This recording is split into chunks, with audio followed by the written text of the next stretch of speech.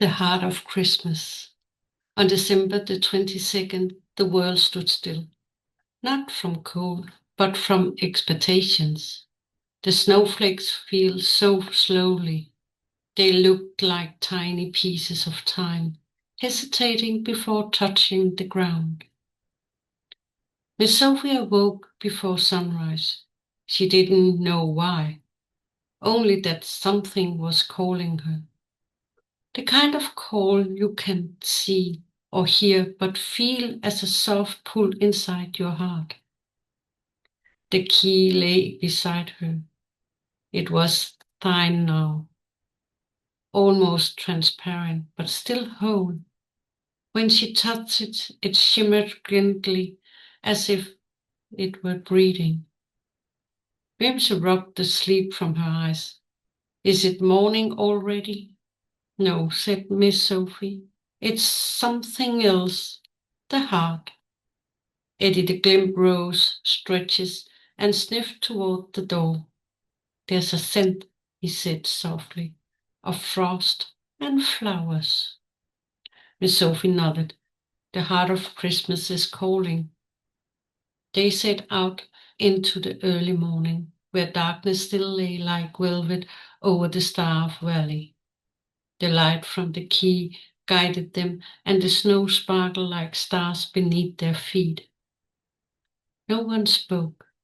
Even Wimsey was quiet, her hat slipping softly over her shoulders, as if it, too, was listening. After a long walk, they reached a meadow they had never seen before. The trees around it were covered in frost, and in the center stood a pile of ice. Inside it glowed something that pulsed faintly but rhythmically. Is that? Began Wimsey. Miss Sophie nodded. The head of Christmas. The heart of Christmas. The life of Christmas. She stepped closer. Within the pile, a warm light beat slowly. A heart caught in frost. Each drop sent a soft warmth into the air. But the ice around it was thick, beautiful, yet unlining. It's so close, whispered Wimsey, but we can't reach it. Not yet, said Miss Sophie. She lifted the key. It glowed in her paw, and its light touched the ice. A pattern appeared. Tiny hearts, stars, snowflakes, as though the ice itself remembered the song of Christmas. It knows you, said Eddie the Glimp. Miss Sophie rested her paw on the ice. No, she said gently. It knows us. Not just me, but us. A faint tone filled the air, not like a ticking clock, but like a song. The sound was around, an instant, tender and endless. The ice didn't melt. It simply shone brighter, as though awaking yet still dreaming. Wimsey frowned. Why won't it open? Miss Sophie smiled. Because it's not time yet. She placed the key back against her chest. There are 2 days left. The final door opens on Christmas morning. I know that now. They sat down in the snow before the pillow.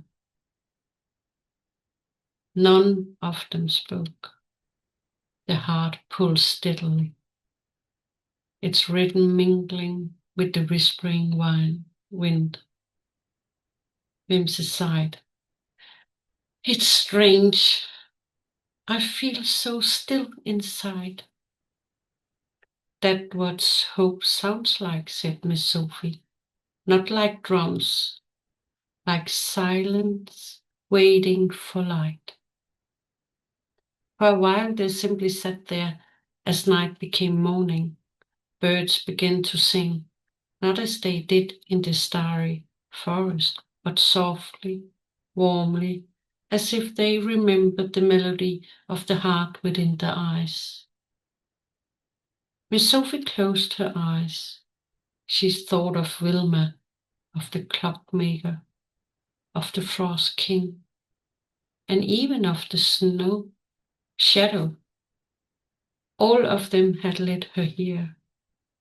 All heartbeats are connected, she whispered. This is no Christmas without darkness, and no darkness without light. Whimsy grinned. That sounds like something you write on a very wise Christmas card. They both laughed, and their laughter echoed off the eyes, making the heart behind it gleam a light brighter. When the sun finally rose, Miss Sophie noticed something.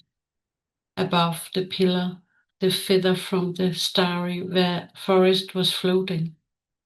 It moved through the air as if written an invisible symbol. A heart.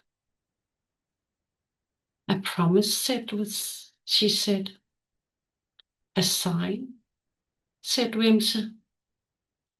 A hope, said Eddie the Clip. Light grew all around them. The pillar gleamed like gold again. The snow and the heart beat in rhythm with the rising sun. We return on Christmas morning, said Miss Sophie, with the key. The last door must open when the day awakens. They turned back toward the house as snow drifted gently around them. Behind them, the heart of Christmas continued to beat, quietly but surely. And in the faint wind came a voice, one none of them heard clearly, but all understood. When light remembers, it always finds its way home. End of this 22nd of December. And if you're there, you can come back tomorrow and hear about the longest night. Merry Christmas.